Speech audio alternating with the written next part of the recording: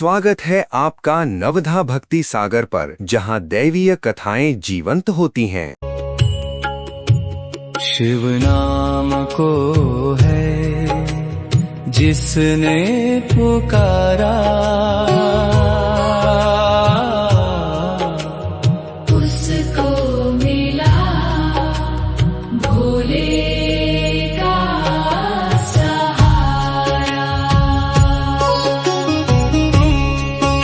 हर हर महादेव। शिव पुराण की इस पावन कथा श्रृंखला में आप सभी शिव भक्तों का सहृदय स्वागत है। पिछली कथा में हमने जाना कि कैसे माता सती ने पिता दक्ष के यज्ञ में अपने पति का अनादर देखकर योगाग्नि में अपने शरीर का त्याग कर दिया था, और कैसे भगवान शिव के प्रकोप से उपजे वीरभद्र ने दक्ष के यज्ञ का विध्वंस किया था। आज के इस 8वें अध्याय में हम जानेंगे कि माता सती ने पर्वतराज हिमालय और रानी मैना के घर पार्वती के रूप में पुनर्जन्म कैसे लिया, महर्षि नारद ने उनके विवाह को लेकर क्या भविष्यवाणी की, और जब तारकासुर के अत्याचार से मुक्ति पाने के लिए देवताओं ने कामदेव को शिवजी की समाधि भंग करने भेजा, तो भगवान भोलेनाथ ने अपने तीसरे नेत्र से कामदेव को भस्म क्यों कर दिया। आइए माता उमा और भगवान शिव का ध्यान करते हुए आज की कथा का शुभारंभ करते हैं। नागेंद्र हाराय त्रिलोचनाय भस्मांगरागाय महेश्वराय नित्याय शुद्धाय दिगंबराय तस्मै नकाराय नमः शिवाय। अर्थात जो नागों का हार धारण करते हैं, 3 नेत्रों वाले हैं,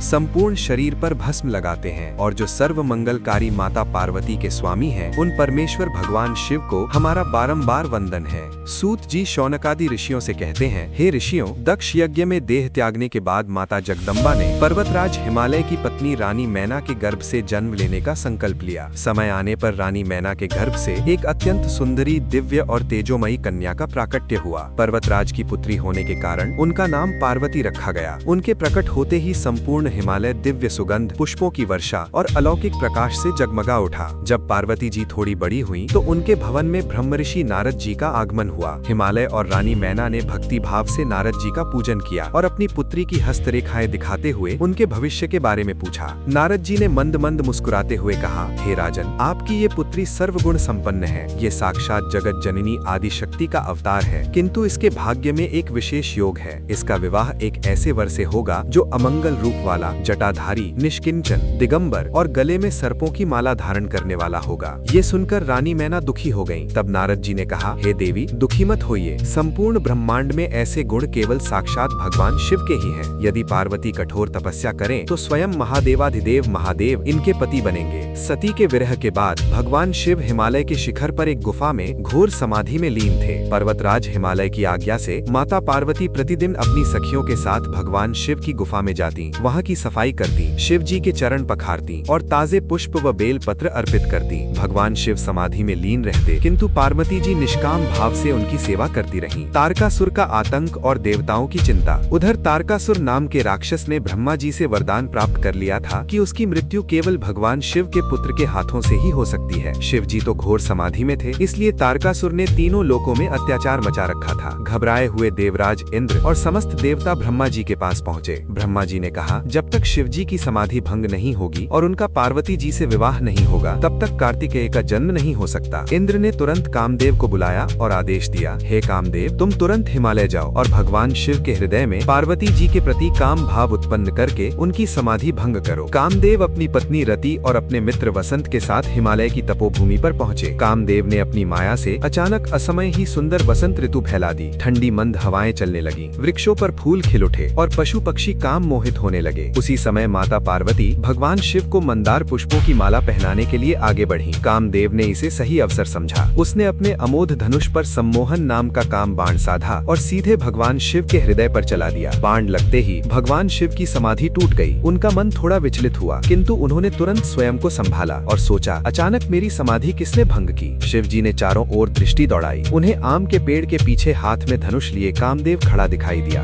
भगवान शिव अत्यंत क्रोधित हो गए। उनके मस्तक मस्तक के मध्य स्थित तीसरा नेत्र त्रिनेत्र अचानक प्रचंड गर्जना के साथ खुल गया। उस तीसरे नेत्र से प्रलय की महाअग्नि की ज्वालाएं निकली। कामदेव को संभलने का एक क्षण भी नहीं मिला और देखते ही देखते वो अग्नि की लपटों में जलकर राख की ढेरी बन गया। कामदेव की पत्नी रति रोती बिलखती शिवजी के चरणों में गिर पड़ी। शिवजी ने शांत होकर रति से कहा, हे रति, दुखी मत हो, तेरा पति अब अनंग यानी बिना शरीर का रहेगा और द्वापर युग में श्री कृष्ण के पुत्र प्रद्युम्न के रूप में पुनः जन्म लेगा। कामदेव के भस्म होने के बाद भगवान शिव वहाँ से अंतर्ध्यान हो गए। माता पार्वती अत्यंत लज्जित और दुखी हुई। वे समझ गयीं कि केवल रूप सौंदर्य से भगवान शिव को प्राप्त नहीं किया जा सकता, उन्हें पाने के लिए तो तप और त्याग की आवश्यकता है। पार्वती जी अपने पिता के राजमहल को छोड़कर गौरी कुंड के पास जंगलों में चली गईं। उन्होंने राजसी वस्त्र त्याग दिए और वृक्षों की छाल और जटाएं धारण कर घोर तपस्या प्रारंभ की। पंचाग्नि तप, भयंकर गर्मी में चारों ओर 4 बड़ी अग्नियां जलाकर ऊपर से तपते सूर्य को देखते हुए वे तपस्या करती। शीतकाल तप, कड़कड़ाती ठंड और बर्फबारी में वे रात भर ठंडे जल में खड़ी रहकर शिवजी का ध्यान करती। अपर्णा नाम, उन्होंने भोजन छोड़ दिया, फिर सूखे पत्ते खाना भी बंद कर दिया। पत्तों का त्याग करने के कारण उनका नाम अपर्णा पड़ा। माता पार्वती की ऐसी कठोर तपस्या को देखकर तीनों लोग कांप उठे। ब्रह्मा, विष्णु और समस्त देवता समझ गए कि अब साक्षात भगवान शिव को पार्वती जी के समक्ष प्रकट होना ही पड़ेगा। पार्वत्याः तपसा तुष्टाः शिवः साक्षात भवेत् पुनः यह शृणोति कथाम एताम सर्वान कामान अवाप्नुयात्। अर्थात जो मनुष्य माता पार्वती के इस अनुपम त्याग, पवित्र प्रेम और कठोर तपस्या की कथा को एकाग्र चित्त होकर सुनता है, उसके जीवन से कठिन विघ्न दूर हो जाते हैं और उसे मनोवांछित फल की प्राप्ति होती है। प्रिय शिव भक्तों, ये था शिव पुराण का अध्याय माता पार्वती का जन्म, कामदेव दहन और पार्वती जी की अलौकिक तपस्या। कल के अध्याय 12 में हम जानेंगे कि भगवान शिव ने सप्त ऋषियों और वटु यानी ब्राह्मण का रूप धरकर माता पार्वती की परीक्षा कैसे ली और शिव पार्वती का महाविवाह किस भव्य रूप में संपन्न हुआ। यदि आपको ये पावन कथा प्रेरणादायी और ज्ञानवर्धक लगी हो तो वीडियो को लाइक करें, अपने प्रियजनों के साथ शेयर करें और चैनल को सब्सक्राइब करना न भूलें। कमेंट बॉक्स में भक्ति भाव से लिखें, जय माँ भवानी, हर हर महादेव। बोलिए उमापति महादेव की जय। शिव नाम को है जिसने पुकारा, उसको मिला भोले का सहारा। आज की कथा यहीं संपन्न होती है। और भी दिव्य कथाओं के लिए नवधा भक्ति सागर को लाइक, शेयर और सब्सक्राइब करें।